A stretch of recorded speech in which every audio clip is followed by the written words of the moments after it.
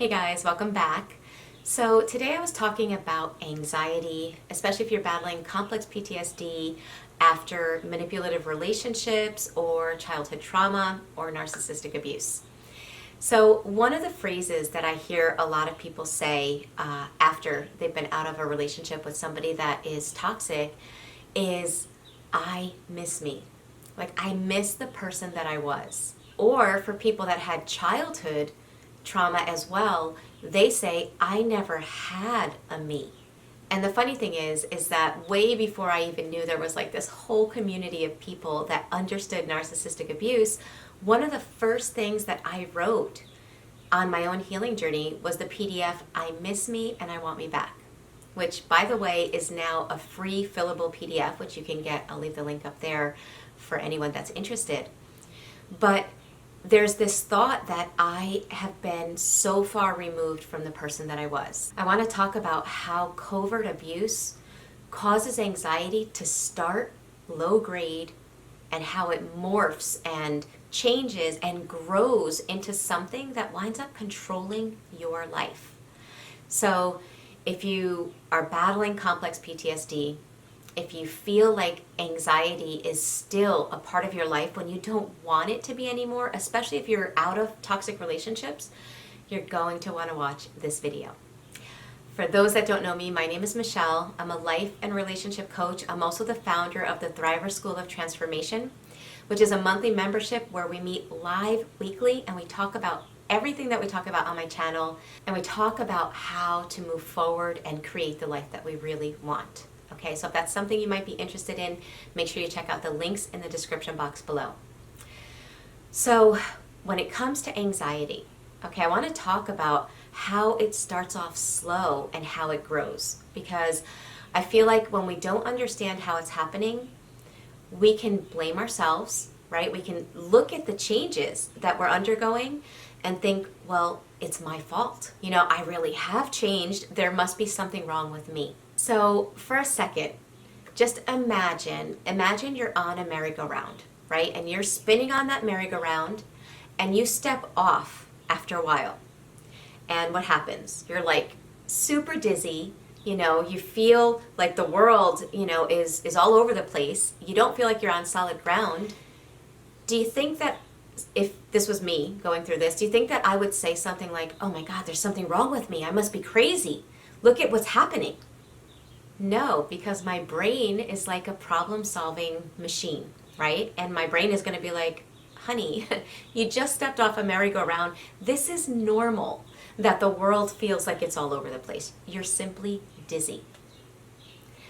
But now let's pretend that somebody drugged me, right? So I don't really have conscious awareness and I'm on that merry-go-round. And the person that drugged me right before the drug wears off takes me off the merry-go-round. The merry-go-round's behind me, so it's not in my sight. And the world is going like this. And nothing feels solid underneath my feet. And I am super dizzy and I feel like I'm going to vomit. Now I'm going to say, oh my God, there's something wrong with me. This isn't normal. I'm having a problem. Something's wrong with me. And those thoughts are going to really take root because the brain doesn't have that connection as to why. And that's a horrible place to be.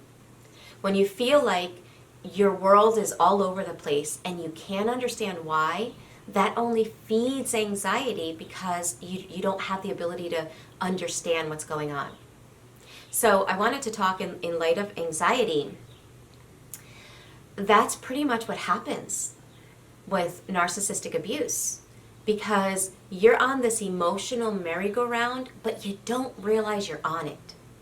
Because especially with covert abuse, the abuse flies so far under the radar. It starts out small and then it's intermittent. So just when you start to catch on like, something isn't right here, they change their behavior and they're all of a sudden the person you remember them to be. So your brain begins to delete the pain because that's its job, right? It wants to take you away from pain and push you towards pleasure, and it causes you to focus on those good moments again. And then that cycle happens over and over, and it creates anxiety because between gaslighting, the silent treatment, the double bind, your brain can't understand what's going on. Very much like the person that steps off the merry-go-round that didn't realize they were on it and doesn't have it in their visual sight. That's what it feels like to your brain. Everything is all over the place, but there's no logical explanation because the behaviors, the manipulation of the toxic person don't make sense. So you start to get anxiety, right? Which, by the way, anxiety is not bad. It's not like we never want to have anxiety, because all of our emotions, no matter what they are all feedback mechanisms. And anxiety is just our brain's way of saying, hey, be careful. Something dangerous is around, right? And it could be real or imagined. But that's what our brain is trying to tell us to do, is to be alert, because the subconscious recognizes this from a pattern in the past where something bad happened, and now it wants you to be alert so that you are safe. So we need anxiety. We need our emotions to warn us when there's danger. The problem is, because covert abuse happens all the time, and it happens intermittently, and it also happens over things that don't make sense, that alarm that's supposed to be there when there's danger is now going all the time. Now, at this stage, right, you still don't understand what's going on in the relationship. So you may share your feelings with the narcissist. You may start expressing that you're having some anxiety, and they become the rescuer. Of course, these are hurt and rescue missions. They will cause the anxiety and then become the rescuer to help you through the anxiety. But again, because your brain is now in a pattern of deleting the pain and causing you to focus on the good and the positive so that you're not in pain, it gets confused. And you may not notice this, or you may get glimpses or moments when you're like, wait a second, this person's helping me now, but the reality is they're the ones that created it. But again, it can be very, very confusing when you're in the cycle. It's very confusing to see it. So if you've been going through this, don't beat yourself. Don't get mad at yourself like, why didn't I see that? You're dealing with, when it comes to narcissistic abuse, you're dealing with an expert manipulator. They know how to manipulate in ways that work. It's really sad. So rather than beating yourself, just start noticing. And what we really want to do with this video is bring the behaviors into our conscious awareness so that we can begin changing them. Now, the crazy thing with anxiety and narcissistic abuse is the more anxious you become, the calmer the narcissist becomes.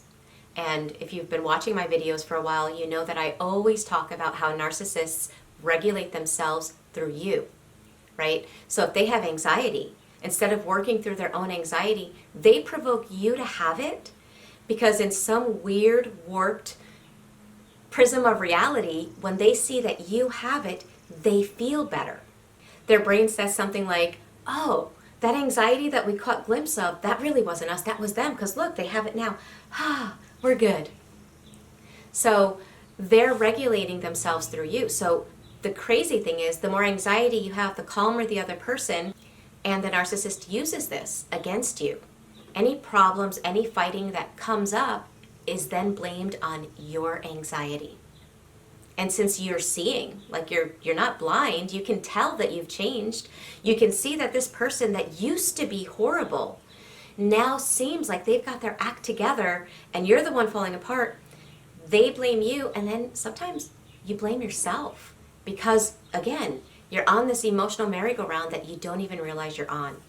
Another way that narcissists use your anxiety against you and cause your anxiety to get worse is in the beginning, when they're starting the abuse, right, and they're doing that intermittent love and hate, they will, I'll pick one thing as an example. Let's just say, we'll use the look as an example, okay?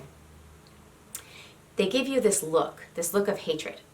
I've had people tell me that when they were a kid and they saw the look on their narcissistic parent's face, they thought that their narcissistic parent wanted to kill them. Okay?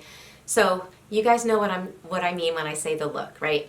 So they give you this look, and then there's this fight that ensues. Probably because you may ask them, are you okay? Is everything okay? You seem mad or upset. And because you've called them out on it, they now give you narcissistic rage. and this huge fight happens, and it doesn't take long before your brain starts to say, oh, the look, bad. Whenever that look comes, something horrible happens. And so they begin to use that. Now that they have you conditioned to have that paired association, they don't really have to do the horrible as much anymore to get you in that state of anxiety. So let's say you're out in public, right? They have you around people. And when they're around people, the crazy thing about narcissistic abuse is how much they love for people to look at you in a negative light. Because if they're looking at you in a negative light, they're looking at the narcissist as better. And for some weird reason, that's what they need in order to feel better about themselves. So let's say you're happy and you're having a good time and you're with people and you're like really feeling you and you're feeling connected to yourself. They will shoot you the look. And it seems like a little thing, but when your nervous system has that paired association with danger and the look, then your body responds in a way as if there was real danger. This is what we have to understand about anxiety. Anxiety will come about because of real danger, but it will come about because of perceived danger, and it will also come about because of paired associations, where in the past, something that your brain is seeing now has been ingrained to feel anxiety at that occurrence. And so it's like an imprint in your nervous system. So when that happens, now you're in public, now you have this panic attack. All of a sudden you're hyperventilating, you're so anxious, you can't be yourself. That calm, happy person is gone, and you're super overwhelmed with anxiety. And what happens?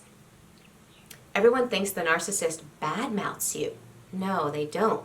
They come, well, they do, but they do it in a very, very subtle, covert way.